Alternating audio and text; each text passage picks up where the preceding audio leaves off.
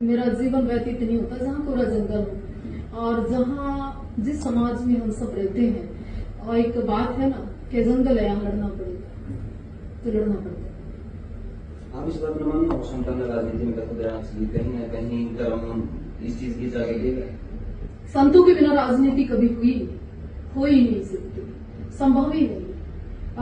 राजनीतिक जितने भी लोग हैं, गुरुओं का, अध्यात्म का, उसमें बहुत अहम और बड़ा रोल है। मैं तो अधूरा मानती हूँ और संभव ही नहीं किसी भी प्रकार से। आप हिंदू राष्ट्र की मांग करो। हिंदू राष्ट्र है, कहाँ कमी है हिंदू राष्ट्र में?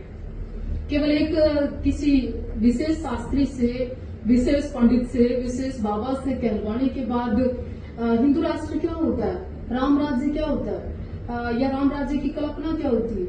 खूबसूरती वही है जहाँ सारे मानव खुश रहते हैं, जहाँ तानाशाही ना हो, जहाँ अपने हक और हिस्से की आवाज उठाने में हर व्यक्ति सक्षम हो, वही राम राज्य। मुझे तो नहीं लगता यहाँ पर किसी तरह की कोई प्रॉब्लम है। तो आप अभी भी हिंदू राष्ट्र ही मानती हैं? मैं तो जी रही हूँ हिंदू राष्ट्र में, मानना क्या है? तो दूसरे धर्म में इस चीज को लेकर आप नहीं होते होंगे कि भाई हम तो अपने आप को हिंदू ही नहीं मानते? मानने से ना मानने से नहीं फर्क पड़ता। मजहब को भी, सनातन को भी, धर्म को भी, और सभी जातियां, संप्रदाय, क्षेत्र, और मैं तो ये कहूँ कि मुल्कों के आधार पर भी अगर आप देखें तो ये तो कुछ लोगों को तकलीफ है जिनको अपनी राजनीति चमकाने के लिए कोई और टॉपिक, कोई और मुद्दा, कोई और विचार नहीं मिलता। तो हिंदू, मुस्लिम, सिख, ईसाई या बंटवारा, समुदाय, जाति गणना, ये सब करते हैं। मैं समर्थन नहीं करती ऐसी चीजें। तो आपने लगा है कि मुस्लिम समुदाय के लोगों को आपकी बात नहीं चुभती? मुस्लिम एक आप देखिए, जहाँ यहाँ मंदिर की जगह है अयोध्या में, तो वहाँ मस्जिद की भी जगह है। जहाँ मंत्रालय में अगर हिंदू मंत्री हैं, उस मंत्रालय में मुसलमान को भी जगह मिली है। तो सामूहिक है, भाईचारा है, खूबसूरत गुलदस्ता है, यहाँ सारे फूल उगते हैं, कहाँ तकलीफ है? जो ये मानना है कि धर्म की आड़ में राजनीति होगा और लोगों को गुमराह करा जाएगा, तो वो कितना जायज मानना है? देखिए, जो बहुत ज्यादा हिंदू मुस्लिम की बात करते हैं ना, ये चीज 2014 के बाद मेरे समझ में आई। जो बाहरी आवरण में कहते हैं कि मुस्लिम से बहुत नफरत है, इस देश में मुस्लिम की कोई जगह नहीं होनी चाहिए, उनकी रिश्तेदारियां मुसलमान में से हो जाती है।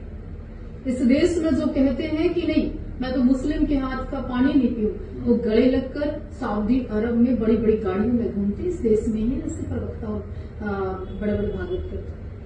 अगर आपकी बात करें तो आपकी टोन थोड़ी सी सख्त रहा है, तो उसमें आपकी भाषण की वजह से FIR वगैरह भी हुई होगी। हाँ, तो हो जाए ना, तो क्या है, क्या दिक्कत है, क्या प्रॉब्लम? तो पूरी जिम्मेदारी लेना है कि आपने जो कहा है वो सही है। हाँ, तो सही है ना, बोल रहे हैं ना, दोबारा से बोल रहे हैं, शरीर प्राण से, बात जुबान से और तीर कमान से कभी वापस कभी नहीं आया। और उनमें से मैं ही एक साध्वी देवा ठाकुर ऐसी हूँ जिन्होंने जब जब बोला, जो बोला, पूरी जिम्मेवारी और होश हवास में बोला। मैं सुल्फा पीने वाली बाबा थोड़ी हूँ कि सुट्टा मारा, चिलम का नशा हुआ, बोल दिया, और जब होश आए कि बाबा गलती होगी, थोड़ी ज्यादा ले। सुनिए ना, आप लॉरेंस बिश्नोई के खिलाफ इस देश में कोई भी रोस्ट नहीं मारता।